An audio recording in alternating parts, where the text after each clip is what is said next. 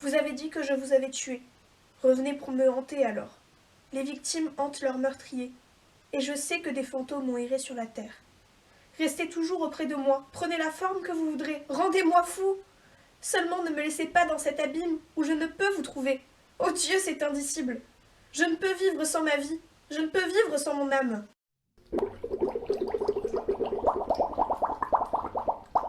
Bonjour, bonsoir et bienvenue dans cette nouvelle vidéo. Après une attente interminable, je vous présente enfin un nouveau classique, un énorme classique de la littérature anglaise. J'ai nommé Hurlevent de Emily Brontë.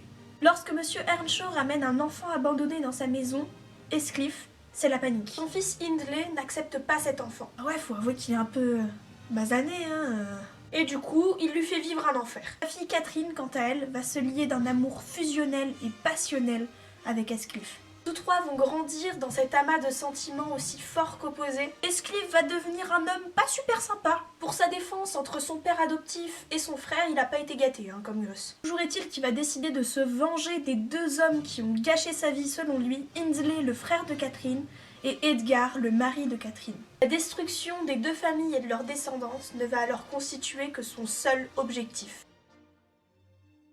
Bon, t'as compris? Comme Heathcliff, parce qu'il a un peu... Très nul et bien regarde. Bonjour, j'aime l'humour. J'apprécie quand il est lourd. Ce livre, il va raconter une histoire qui est pas super gaie. Il va nous montrer comment deux êtres peuvent se transformer l'un l'autre.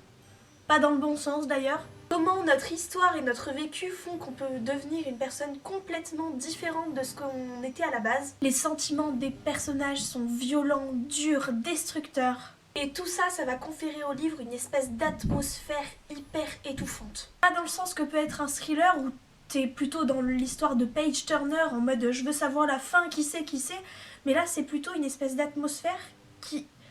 T'as l'impression que ta cage thoracique, elle est toute resserrée. C'est que des histoires de vengeance, c'est très sombre, et du coup t'es un peu oppressé. Comme je le disais, l'histoire ne repose que sur une histoire de vengeance, et ça donne vraiment un espèce de truc super sombre et oppressant. C'est ça, c'est le mot oppressant, et c'est merveilleux. Quand un livre a été écrit il y a des centaines d'années, et qu'il y a des lecteurs contemporains qui ont des coups de cœur pour ça, je me pose toujours la question de pourquoi il reste autant dans les mémoires. Ça m'intriguait. Mais bon, l'amour, c'est plutôt universel, non? Et putain, mon cactus, crois-moi que l'amour que Catherine et Heathcliff y partagent, il vaut le tournant. C'est un amour qui les détruit, ça c'est clair, mais pourtant ils sont quand même unis par un lien unique, très fort, très beau, des sentiments, j'en ai jamais vu autant, ça m'a vraiment touchée. Je l'aime non parce qu'il est beau, Nelly, mais parce qu'il est plus moi-même que je ne le suis. Je ne sais de quoi l'âme est faite, mais la sienne et la mienne sont pareilles. Bon, je suis désolée, mais pour cette vidéo, je suis obligée de parler de la forme du récit.